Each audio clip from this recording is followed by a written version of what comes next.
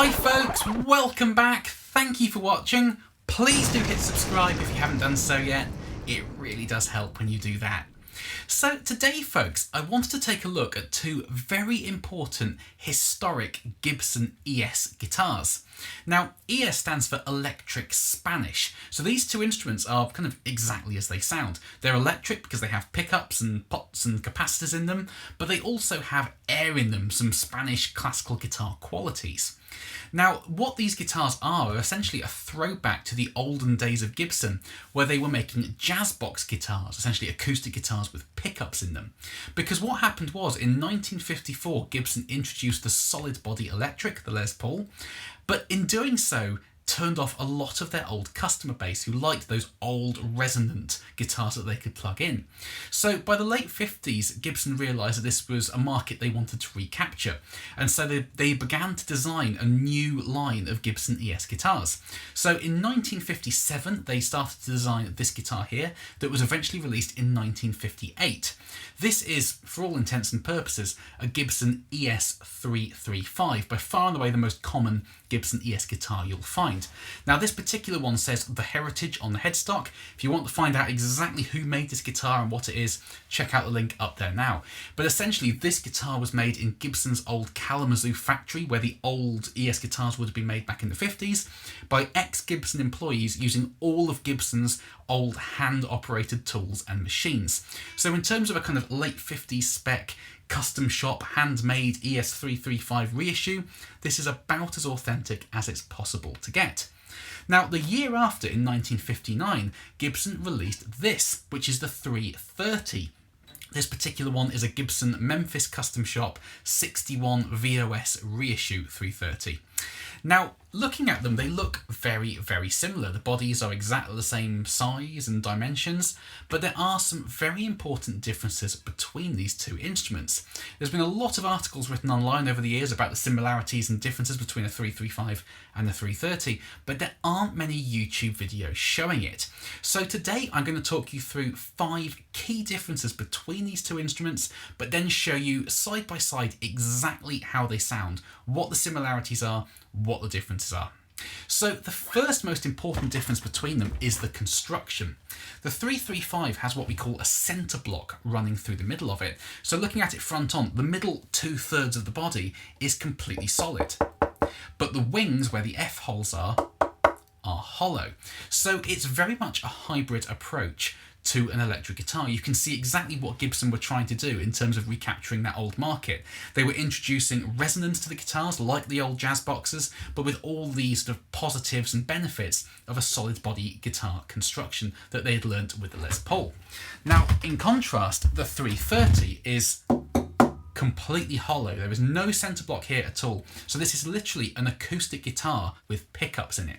Now that does come with pros and cons. It has a very unique sound, but you do have to be very, very careful playing this guitar at volume and with any degree of gain. If you've ever plugged an acoustic guitar into an electric guitar amp and turned it up, you'll know that it loves to honk like a goose. And these guitars are no different. They are very, very prone to feeding back. But a lot of people love that. So the 330 is exactly the same guitar in every way apart from headstock to the Epiphone Casino, loved by the Beatles.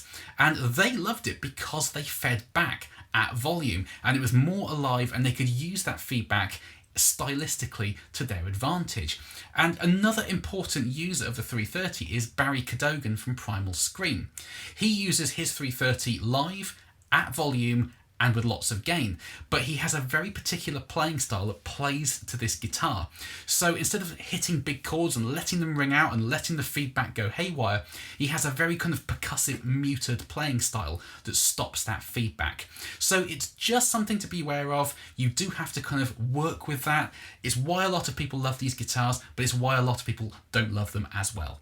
Now, because of that construction, the second most important difference between these two guitars is the weight. So this is a huge bodied guitar, but as I said, the sides are hollow, but it has a solid chunk of wood running down the middle of it. So it's a pretty weighty guitar. I measured these two last night. This one weighed in at 3.48 kilograms or 7 pounds 10 ounces.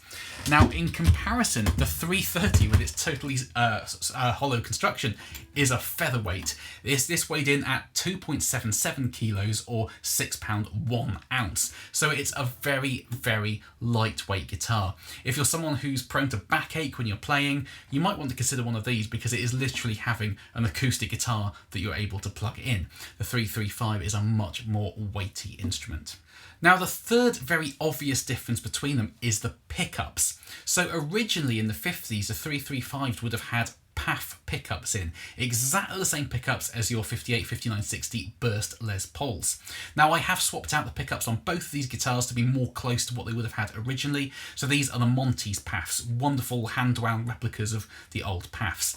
But this is a much more familiar experience if you are a sort of typical Gibson player of a Les Paul, for example. It sounds very, very similar. It reacts in a very different way. It does have a sort of more honky lower mid thing going on because of the acoustic properties, but if you're used to a Les Paul, it's not too much of a sort of sideways step to go to a 335.